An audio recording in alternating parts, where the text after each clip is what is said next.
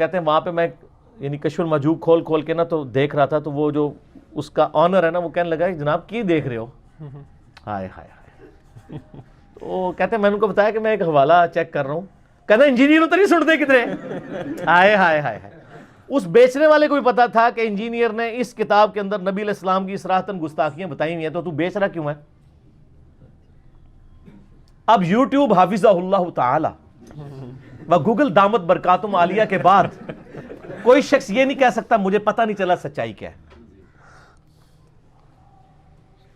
اس کی برکت سے دعوت پہنچی ہے نا. وہ کہتے ہیں گوگل کو حافظہ اللہ کہہ رہا ہے یا یوٹیوب کو, اس میں تو برائی بھی ہے. تو سر وہ برائی تو ہر بندے میں ہے. فَأَلْهَمَهَا فُجُورَهَا وَتَقْوَاهَا, ہر انسان کے اندر برائی بھی ہے, اچھائی بھی ہے. آپ کے جو بزرگان دین ہیں جن کو رحمہ اللہ یا حافظہ اللہ کہتے ہیں, ان میں صرف اچھائی کا ہی مادہ ہے, وہ فرشتے ہیں. برائی بھی ہے, اور ماشاءاللہ ان کی برائی کی ویڈیوز بھی اور کرتوت بھی ہماری عوام الناس کے سامنے آتے رہتے ہیں. تو وہ تو آج تک حافظہ اللہ ہے, تو یوٹیوب کیوں نہیں حافظہ اللہ؟ وہاں بھی اچھائی کی بات کر رہے ہیں, برائی کو تو نہیں ظاہر ہم پروموٹ کر رہے ہوتے. تو ان لوگوں کو یہ پتہ ہے کہ یہ کچھ ہو رہا ہوتا ہے, اس کے باوجود یعنی ڈیفینڈ کر رہے ہوتے ہیں. تو مجھے اس طرح کے مواقع پہ ایک آپشن ہوتا ہے کہ میں لوگوں تک بات پہنچاؤں کہ یار آپ جتنے دین کے معاملے میں جذباتی ہو نا, اگر یہ جذباتیت آپ کی ایک نمبر ہے نا, تو سر جن لوگوں نے واقعی ڈائریکٹلی جرم کیے ہوئے ہیں ان کے اوپر بھی کوئی ہاتھ ڈالو. ابھی تو میں ان لوگوں کا ذکر نہیں کر رہا جنہوں نے اپنے ناموں کے کلمے پڑھوائے ہوئے ہیں, آئے ہائے ہائے ہائے, ٹھیک ہے, وہ میرے اوپر ذرا اکیڈمی کی ریسٹرکشنز ہیں. ادروائز آپ یوٹیوب کے اوپر جا کے نا مسئلہ نمبر 71B دیکھ لیں, انڈیا اور پاکستان کے بزرگوں کی 19 گستاخانہ عبارات کا تحقیقی جائزہ, کن کن بزرگوں نے اپنے ناموں کے صراحتاً کلمے پڑھائے ہوئے ہیں نبی علیہ السلام کے نام کی بجائے اپنے نام لے کے. اور وہ کوئی کہتا ہے حکیم الامت ہے, کوئی کہتے ہیں وہ جناب سلطان الہند ہے, کوئی کہتا ہے جی وہ مجدد دین و ملت ہیں, کوئی کہتا ہے وہ غوث وقت ہیں, اور کام ان کے یہ تھے, اور وہ آج تک چھاپ رہی ہیں چیزیں, اور ایون ان کے اوپر مناظرے ہو کے وہ اس کو ڈیفینڈ بھی کر رہے ہیں.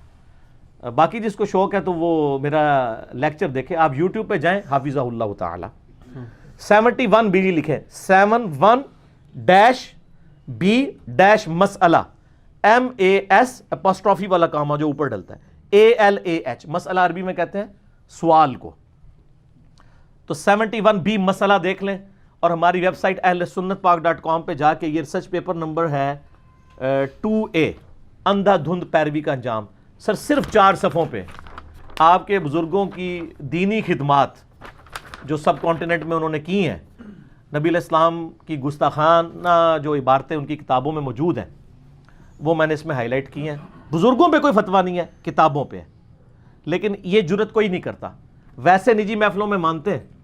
آپ کو بتاؤں کشف المحجوب کا ترجمہ پیر کرم شاہ صاحب الازہری, بہت بڑے ایک بریلوی عالم دین تھے, جسٹس ریٹائر تھے, انہوں نے ان کا ادارہ ضیاء القرآن انہوں نے پرنٹ کیا ہوا ہے.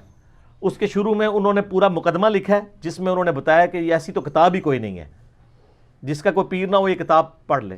تو سر میں پوچھتا ہوں پیر صاحب آپ نے خود یہ کتاب پڑھی ہوئی ہے جس میں نبی علیہ السلام کی اس طرح کی اور حضرت داؤد علیہ السلام کی گستاخیاں لکھی ہوئی ہیں؟ اور یہ وہ گستاخیاں جو پیر صاحب کو پتہ ہے, کیونکہ انہی پیر صاحب نے جو ضیاء القرآن تفسیر لکھی ہے نا 5-6 جلدوں کے اندر اپنی, اس میں جب وہ آیات آتی ہے نا سورۃ الاحزاب کی کہ اے نبی علیہ السلام تمہارے دل میں ایک بات تھی جو تم چھپاتے تھے اور اللہ اس کو ظاہر کرنا چاہتا تھا. وہ کیا بات تھی کہ اللہ تعالیٰ قرآن پاک میں ہی فرماتا ہے کہ ہم اس رسم کو توڑنا چاہتے تھے, منہ بولا بیٹے والا کوئی رشتہ نہیں ہوتا.